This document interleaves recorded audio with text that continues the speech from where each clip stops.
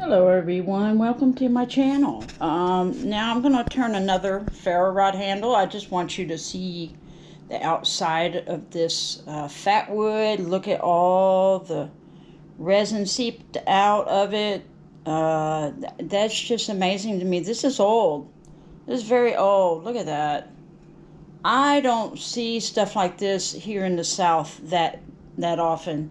And it could be that since it's warming up outside, it's causing the sap to go to the outside surface of the wood. Look at there, that's beautiful. Looks like honey, driplets of honey. It's just gorgeous stuff. Look at there. Man, I'm fixing to turn this piece. It's got the beautiful lines in it. That'll make a beautiful ferro rod handle right there. Some nice dark lines running through it, and it's parallel with the wood, so it'll be easier to turn. So anyway, I got this piece of wood on here. This nice resinous piece of wood. And I'm gonna rough it out and then I'll be back.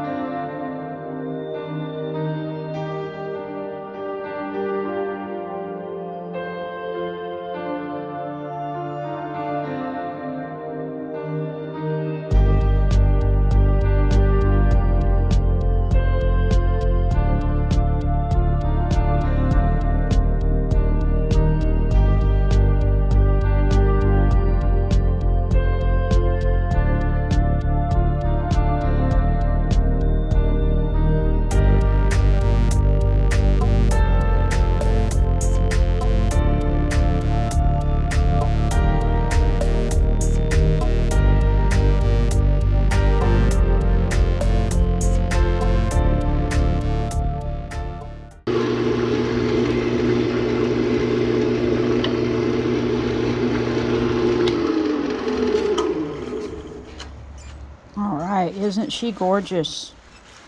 Look at that. Man, and I'm not even done with it. But yeah, gorgeous lines. I love those lines. Woo, I love this wood. This is beautiful wood. Look at the end there.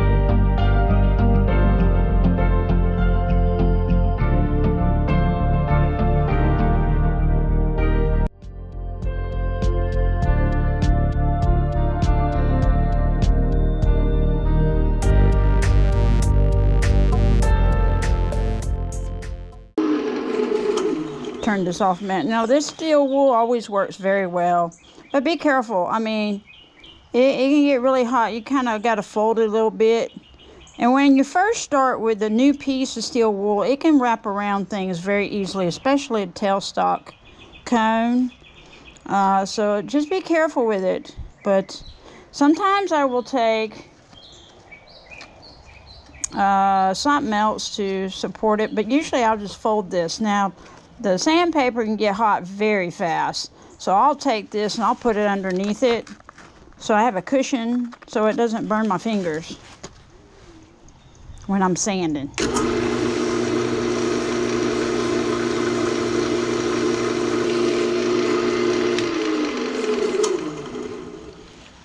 So I've discovered in recent days, because I couldn't figure out why my lines were disappearing, if you shine it up too much on the Fatwood with the beautiful swirls or lines you have, and you start really shining it with finer sandpaper, and then you get to using a piece of cloth to really get it shiny and smooth and glossy like glass, the lines disappear. So all you need to do, really, I've discovered, unless you really want to get it shiny, to keep your lines, you can't have your cake and eat it too. So in other words, you can't have beautiful dark resinous lines and a shiny piece of wood neither, unless you use some dye or something. I'm not using dye on here. But anyway, all you need is 120 grit, some steel wool, and shine her up.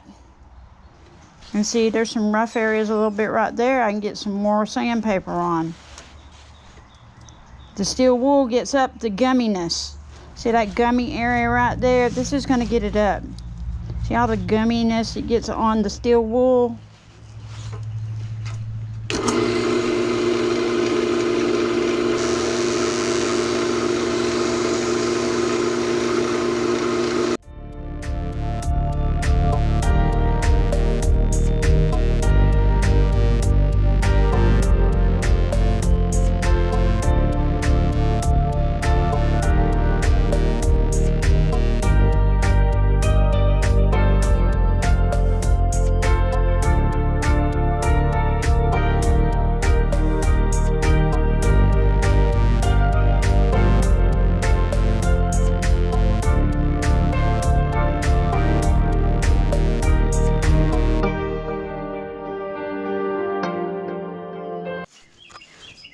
All right, now I'm going to take it off the chuck and turn it around.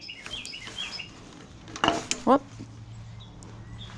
And I'm going to leave this tenon on there on purpose instead of cut it off. I used to cut it off, but I'm going to use it on there because I can line it up much better with it on there than when it's off. And plus, this is the end, and you don't want a hole in the end.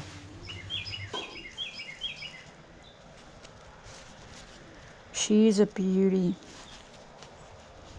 She's beautiful. And the reason why I put this towel around here, I need to find some leather, and I don't know where to get a strap of leather. That's what I need. Maybe if I go to a shoe place, I can buy a strap of leather, huh?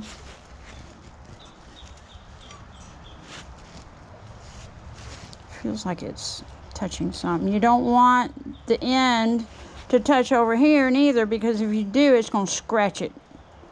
So you're putting this on there to protect it from being scarred or scratched.